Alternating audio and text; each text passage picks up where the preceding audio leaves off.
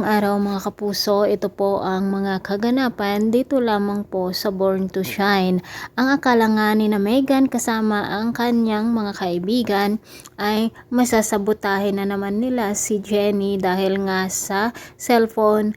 Ngunit nakarma po ang kaibigan ni Megan na si Olive dahil nga nakita ni Jenny ang ginawa ni Olive at agad naman na kinuha ni Nancy ang cellphone at sa hindi inasang pagkakataon hindi namalayan ni Olive na ilagay sa kanyang bag ang cellphone na iyon at ito nga ang dahilan kung bakit na-terminate itong si Olive. Hindi man lang siya tinulungan ng kanyang kaibigan na si Megan. Samantala mga kapuso, dito nga sa pagbisita ng mga parents dito sa mga P-pop girls sa bootcamp, ang akala ni Jenny ay makakapunta si Minchi ngunit hindi siya natuloy dahil nga po may biglang tumawag sa kanya na nakita daw nila si Sheila.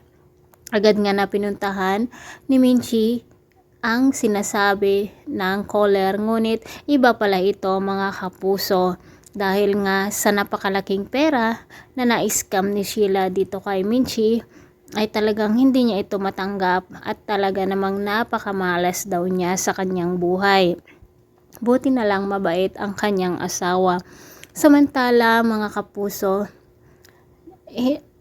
dahil nga mabait si Jenny, ay naiintindihan niya kung bakit walang nakadalo sa kanyang mga magulang dito sa kanyang performance.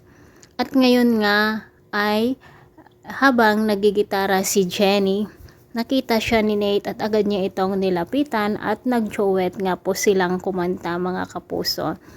Napakakilig talaga ang moment na ito at talagang bagay na bagay silang dalawa, no?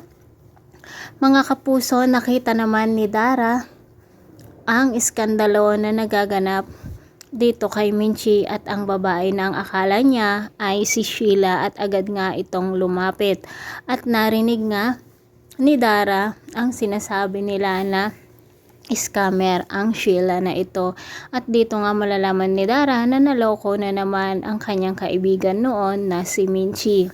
Sa pagkakataong ito, upang makabawi si Minchi ay tatanggapin niya ang offer ni Monica na sasali sa Rosabella. At abangan po natin ang mga kapanapanabik na ganap dito lamang po sa Born to Shine. Maraming salamat po sa walang sawang pagsubaybay. God bless!